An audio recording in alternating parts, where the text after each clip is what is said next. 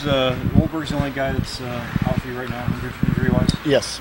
And what's his injury status? I won't be available. Upper body won't be available this weekend. What do you think of Olish so far? What have you seen out of him? Well, I saw him in camp, and obviously he's been around a little bit. There's no question there's a skill set there that we can certainly use. He'll step right in on the power play and probably start him with Timmins and Whitney. So it gives us a little more depth in that top six. Maybe just what we need right now. Well, is he capable of killing it all? Yeah, I think we'll use him. We just got to be careful. He hasn't played a lot up there. I think he's in shape. It'll be kind of game by game, period by period basis. He will kill penalties. He's a smart player. He's an intelligent player on both sides of the puck. System-wise, obviously, there's no adjustments for him. So he's looked good. He got right out of the car yesterday and wanted to practice because I think he didn't skate the day before, but he looked even better today. So no question he'll be a big addition for us as long as we have him here. He does have some history with Timmins. Did that play into... I think it's just the way those guys have been playing, but I did know about that. I think just from feeling comfortable having a guy that he can maybe communicate with, that he knows a little bit. They weren't together a long time, but they were together in Florida. So I think it was the only guy that he really knew on the team. So but it was an easy fit from a skill standpoint too. A lot of guys who have his resume and background are disappointed to be sent back down to this level. Is that something you have to try to deal with, you think? Sometimes, and I don't think with him. Great attitude. I mean, whether you're 28 or 18, your attitude, controls what you do. And, I think he's disappointed, and rightfully so. But, he has to realize that he has to the only thing he can control is what he does out here every day and on the ice and in the games. And, what I've seen so far, no issues.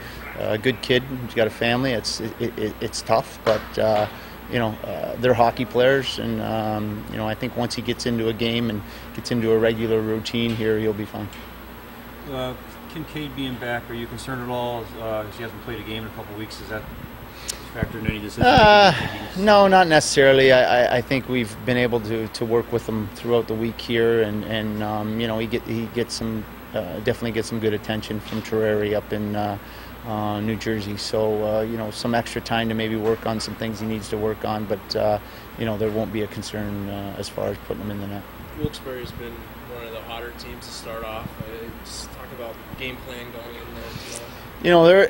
They're similar to that Syracuse group. They play the right way. I don't want to take anything away from them, but saying that it's nothing special. But they've always John Hines does a good job. To a man, they play four lines. They're physical. They chip pucks. They do the little things.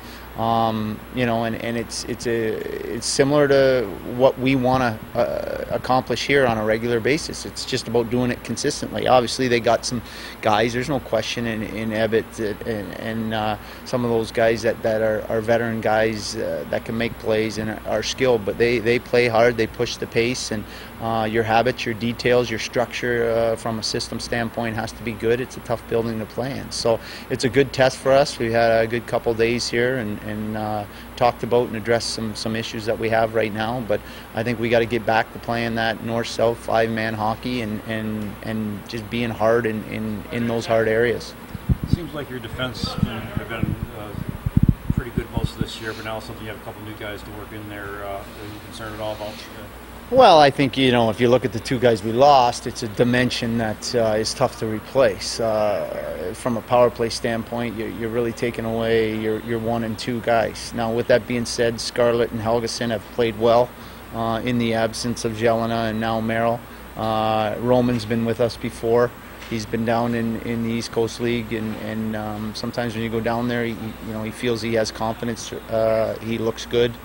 Sometimes playing those extra minutes, playing in all situations at a different level, is a boost in need. So we're not, obviously don't have the puck moving capabilities we do with the other two in the lineup, and it takes a little bit away from our power play. But again, we're confident with this group we have, and they have to be all 6 of them have to play well in order for us to be competitive, because there's not a lot of room for mistakes, especially against a team like Wilkes-Barre.